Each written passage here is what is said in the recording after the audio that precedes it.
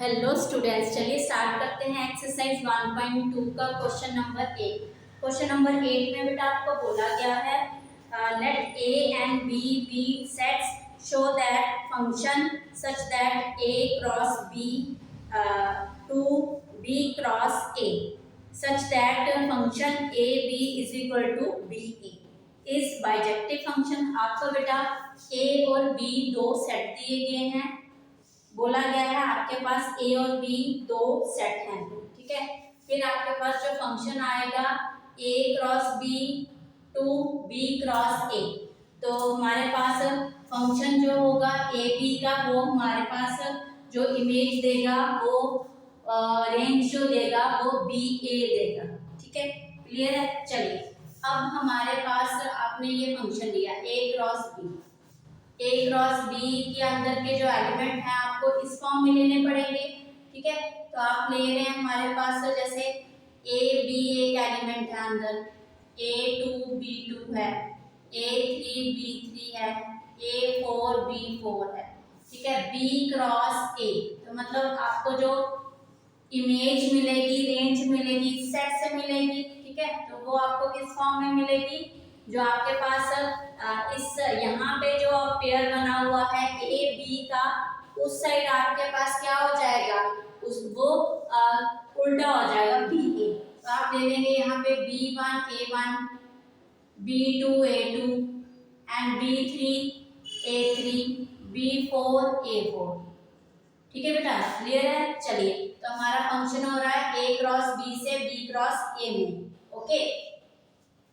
A cross B B cross A, ये तो आपके पास क्या आता है, दो सेट का कार्टेशियन प्रोडक्ट आता है, ओके बेटा। चलिए तो हमारे पास डोमेन आ जाएगा फर्स्ट सेट से और को डोमेन आ जाएगा आपका सेकंड सेट से। प्री इमेज हमारा फर्स्ट सेट से आता है और इमेज हमारा सेकंड सेट से। तो इमेज जो है वही हमारा क्या आता है, रेंज, ठीक है। चलिए अब हमारे पास अगर हम फंक्शन में ये वैल्यू रखेंगे a1 b1 तो हमें इमेज क्या मिलेगी उसकी, उसका उल्टा b1 a1, ठीक है। ये आ गया। अगर हम फंक्शन में वैल्यू रखते हैं a2 b2 तो हमारे पास जो आंसर आ जाएगा वो क्या आ जाएगा, b2 a2, ठीक है। अगर हम फंक्शन में वैल्यू ये रखते हैं a3 b3 तो हमें वैल्यू किस फॉर्म में मिलेगी, b पहले आएगा a बाद में, ठीक है। ऐसे हमारे पास ये देख रहे हैं आपके पास फंक्शन जो है 1 1 है, ओके। और फंक्शन 1 1 भी है आपके पास और फंक्शन ऑन टू भी है। कैसे, क्योंकि हमारी जो को डोमेन है वो सारी की सारी रेंज में कन्वर्ट हो जाएगी, सारे के सारे जो एलिमेंट हैं वो रेंज में आ जाएंगे, ठीक है। तो फॉर 1 1 के लिए आप क्या करेंगे, लेट करेंगे x1 x2 बिलोंग टू आपके पास फर्स्ट सेट है ए बी, तो ये आपका क्या होता है, डोमेन, ठीक है।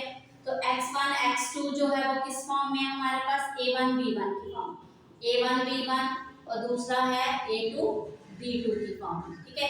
तो ये बिलोंग कर रहा है आपके पास a क्रॉस b में, ओके बेटा। अब हमारे पास जो फंक्शन दिए गए हैं वो किस फॉर्म में, वो दिया गया है A B is equal to B है, तो आप ले लेंगे a1 b1 is equal to क्या आ जाएगा आपके पास b1 a1, ठीक है। और दूसरा फंक्शन जो आ जाएगा, इसमें टू फंक्शन लेते हैं fx1 fx2, ये fx1 है आपके पास, ये fx2, a2 b2, ठीक है।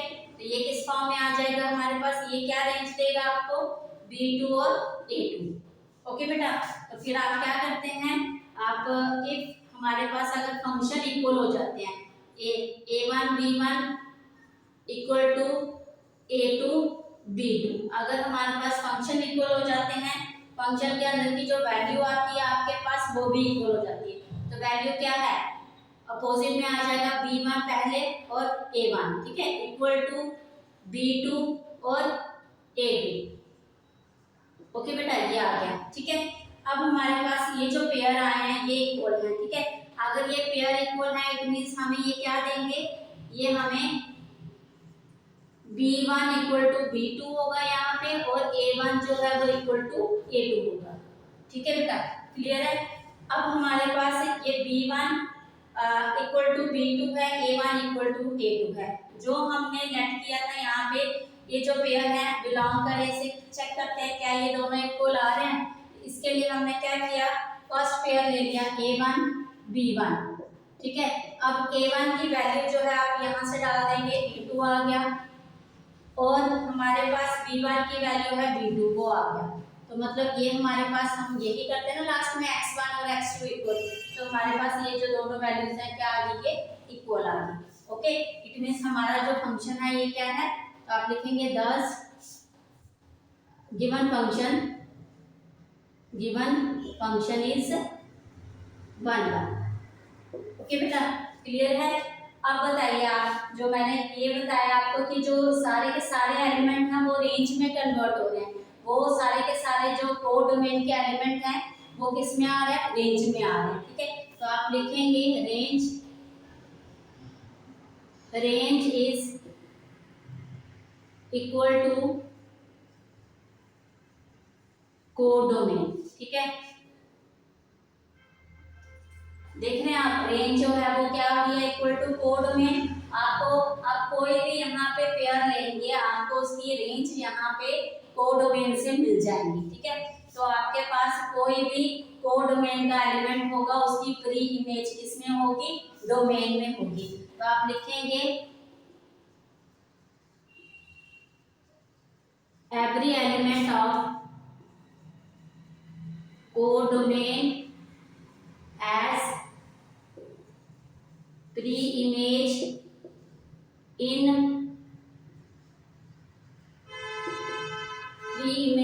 domain A क्रॉस B, ठीक है। तो यहाँ पे आपने लिखा है एवरी एलिमेंट ऑफ, यहाँ पे लिख लीजिए B cross A codomain has pre-image in domain A cross B। So given function is on to, ठीक है। हमारा जो गिवन फंक्शन है वो क्या है, on to है। अब हमें ये देना था कि क्या ये फंक्शन बाइजेक्टिव है, तो आप लिख देंगे अगर 1 1 भी है, on to भी है, तो hence given function is bijective. Okay बेटा, थैंक यू।